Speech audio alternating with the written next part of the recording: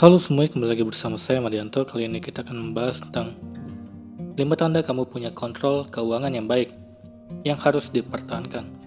Pengelolaan keuangan merupakan salah satu kemampuan yang harus dimiliki oleh setiap individu. Mengontrol pemasukan dan pengeluaran memang suatu hal yang gampang-gampang sulit. Seseorang yang bijak menggunakan uang dibuktikan dengan terpenuhnya kebutuhan sesuai dengan yang direncanakan. Berikut 5 tanda bahwa kamu memiliki kondisi keuangan yang sehat dan pengelolaan keuangan yang bijak.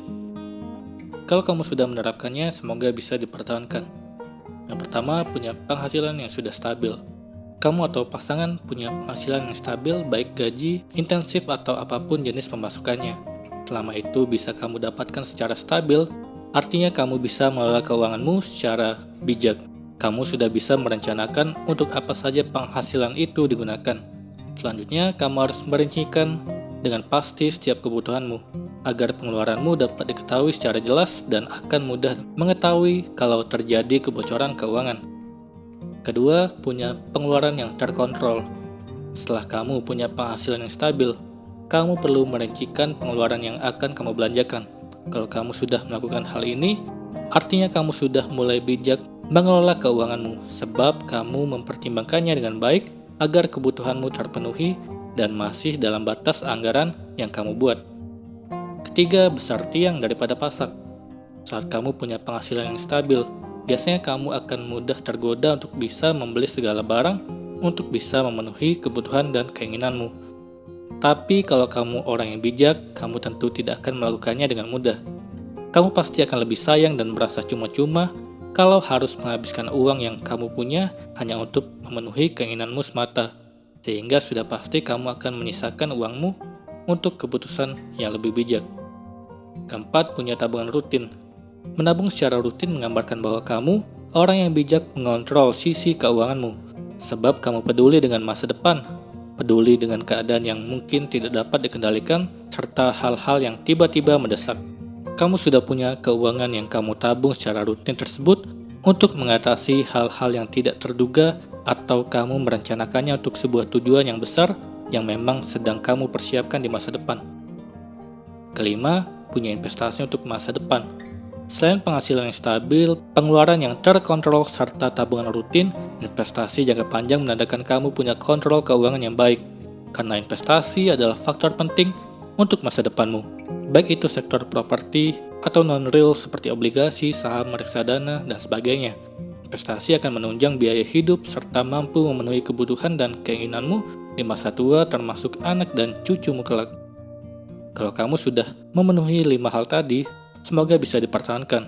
Sebaliknya, kamu bisa memulainya dengan perlahan kalau belum. Semoga ini bermanfaat. Sekian dan terima kasih.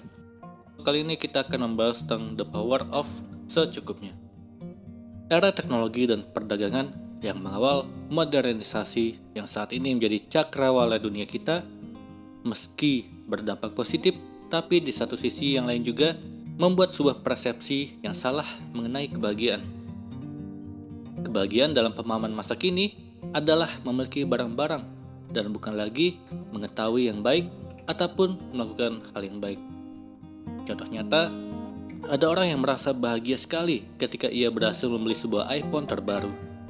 Rasa bahagia itu timbul dari kekaguman orang-orang di sekitarnya yang selain memuji iPhone-nya, tetapi juga memuji dirinya. Orang itu bahagia karena dengan iPhone terbaru yang ia miliki, nilai dirinya menjadi bertambah besar. Orang-orang tidak lagi melihat parasnya, tetapi mengagumi iPhone yang kemudian mendongkrak penampilannya menjadi penuh nilai tambahan yang mempesona.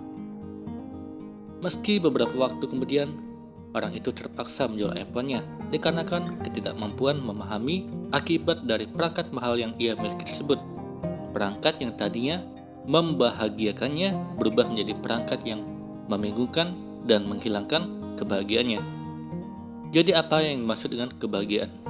Bagaimana meraih kebahagiaan hidup? Rahasia menjadi bahagia sebenarnya sangat sederhana, yaitu merasa cukup. Bukan cukup banyak rumah atau cukup banyak mobil dan harta. Rasa cukup dengan pilihan yang sedikit dan cukup atas persepsi kebahagiaan yang dimiliki. Barry Schwartz mengungkapkan dengan baik sekali tentang pentingnya memiliki pilihan yang sesedikit mungkin dalam hidup lewat bukunya The Paradox of Choice, Why More is Less.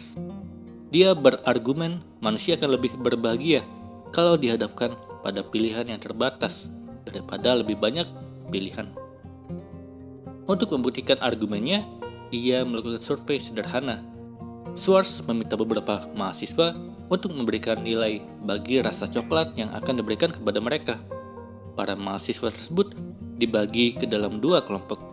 Kelompok pertama diberi sebuah kotak berisi 6 buah coklat, sementara kelompok kedua diberi sebuah kotak berisi 30 coklat. Mereka diminta mencicipi coklat-coklat tersebut dan memberikan pendapat mereka. Ketika kemudian mereka ditanya tentang pendapat mereka mengenai coklat tersebut, kelompok yang hanya memiliki pilihan 6 buah coklat ternyata memberikan nilai dan menunjukkan tingkat kepuasan yang lebih tinggi terhadap coklat-coklat tersebut dibandingkan kelompok kedua yang diberi 30 macam coklat dalam kotak. Semakin sedikit pilihan, semakin meminimalkan potensi mengambil keputusan yang salah. Demikian penjelasan Schwartz dalam bukunya. Karena dengan banyaknya pilihan, maka biaya seseorang untuk mengambil sebuah keputusan menjadi semakin besar.